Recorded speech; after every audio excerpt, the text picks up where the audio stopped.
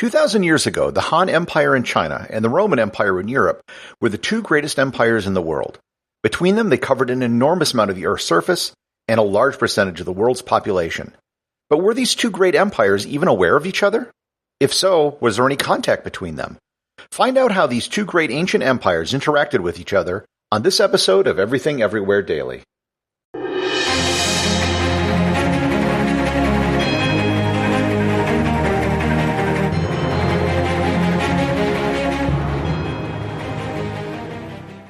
This episode is brought to you by the Travel Photography Academy. Have you ever been on a trip and wondered why your photos don't turn out like the images you see in travel magazines? If you're going to spend thousands of dollars on a trip and hundreds to thousands of dollars on a camera, you owe it to yourself to get the highest quality images from your trip.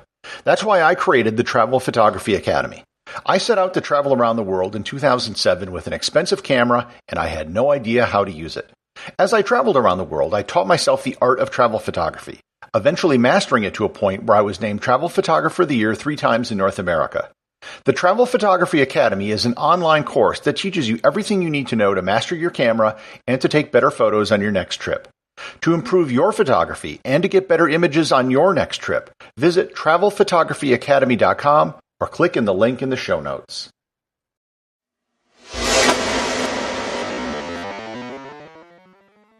Before I start, I should say that whenever we talk about the ancient world, there's a lot we just don't know. Most of the writings we have from this time were written down hundreds of years after the events took place, and of the things that were written down, the vast majority of them have been lost to history. So what we have is a scattering of documents and whatever archaeologists might find. That being said, there is ample evidence that China and Rome knew about each other, but it doesn't mean they knew very much. What they knew mostly consisted of rumors, legend, and stories. There is little evidence of any direct contact between the two empires. Not only were they separated by enormous distances with deserts, mountains, and seas between them, but they also had some very large and powerful kingdoms and empires between them. In particular, the Parthian Empire, which consisted of much of what is today Iran and Iraq. The Parthians had a very lucrative business in serving as middlemen between China and Rome. Most land trade routes passed through their territory as they controlled all the land between the Caspian Sea and the Indian Ocean. If you traveled by sea, you'd have to stop in one of their ports if you wanted to avoid an open ocean crossing between India and the Arabian Peninsula, which few ships at the time were willing to do. To look at what they knew of each other, let's start with the Chinese and what they knew about the Romans. Most of what we know about Chinese views of Rome come from a document called the Wei Lu, which was written by the historian Yu Huan during the Three Kingdoms period between 239 and 265. The Chinese name for Rome was Da Qin, or Great Qin. And this could be a reference to the Qin dynasty and the first emperor of United China, Qin.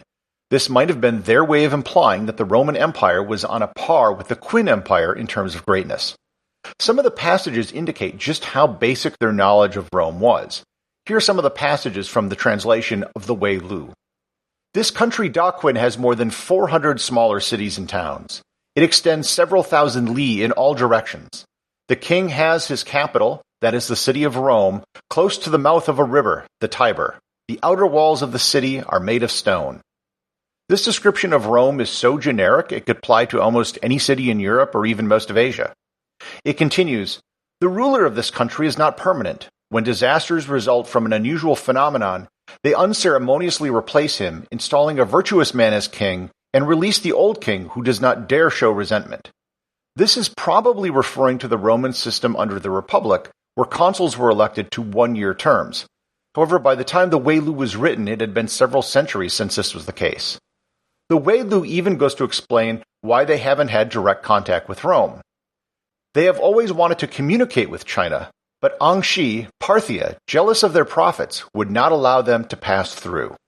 And this was right on the money. The Parthians made too much money off goods passing through their territory, and the last thing they wanted was for Romans and Chinese to trade with each other directly. They also indicate the primary product which Rome was importing.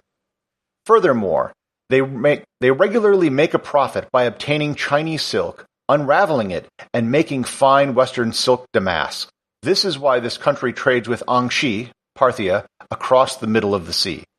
And this was also true. The Romans would further enhance the silk which they imported, almost all of which they imported from the Parthians.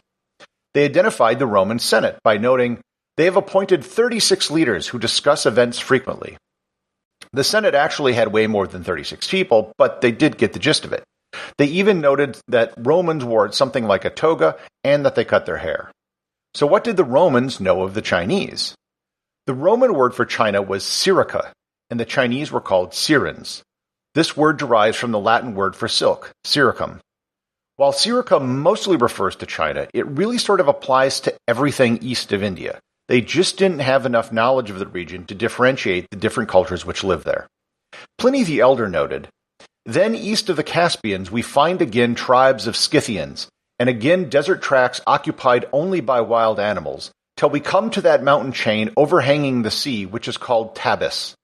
Not till nearly half the length of the coast which looks northeast has been put past do you find inhabited country. The first race then encountered are the Seres, so famous for the fleecy product of their forests." He got the general direction of China right.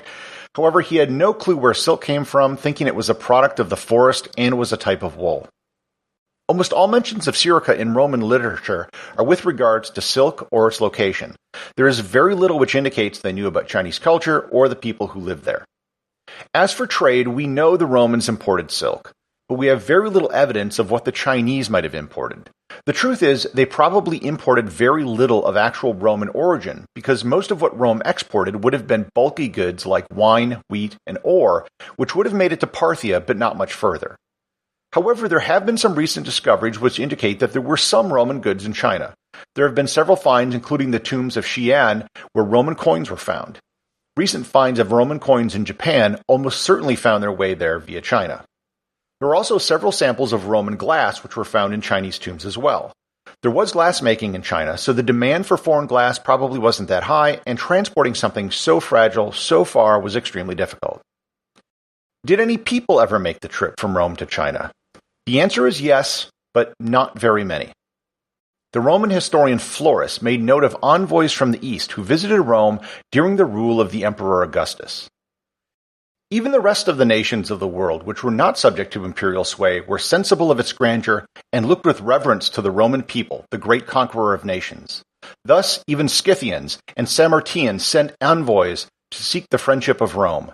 Nay, the Seres came likewise, and the Indians who dwelt beneath the vertical sun, bringing presents of precious stones and pearls and elephants, but thinking all of less moment than the vastness of the journey which they had undertaken, and which they had said they occupied 4 years. In truth, it need but look at their complexion to see that they were people of another world than ours. There is no record in any of the documents of the Han Empire which made note of an official delegation to Rome, so they were probably just merchants acting on their own. In the year 97, a Han envoy by the name of Gan Ying was sent to explore the west.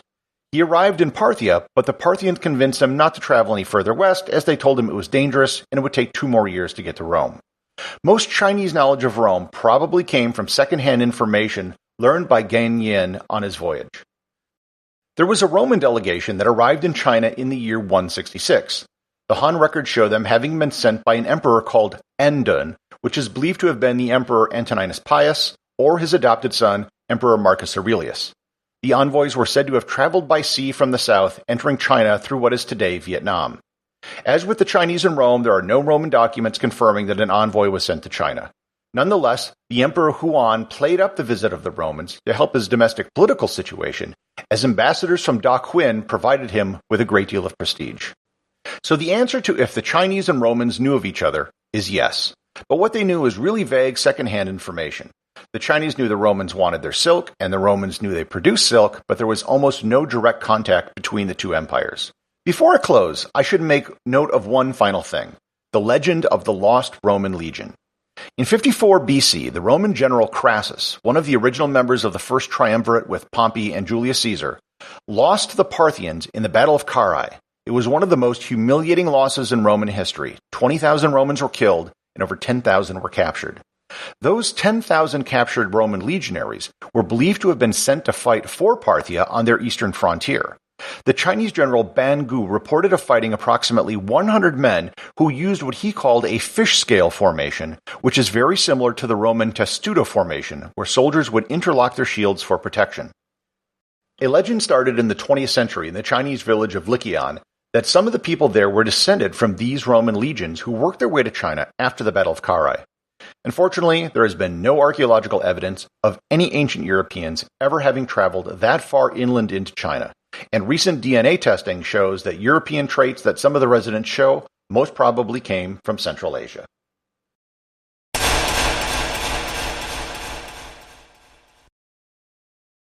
This is a brand new podcast, and as such, it can really use your support. If you know someone who is curious and you think would like the show, please share it with them. And if you've enjoyed this show, please subscribe on Apple Podcasts or Google Podcasts, where you'll get new content for curious people every day in your podcast player. And leave a 5-star review. More reviews can help the show be discovered by more people. And also, please support the show over on Patreon, where you will get exclusive audio content not available in the podcast feed, merchandise such as t-shirts, and you'll be able to submit ideas for future episodes. Until next time, stay curious.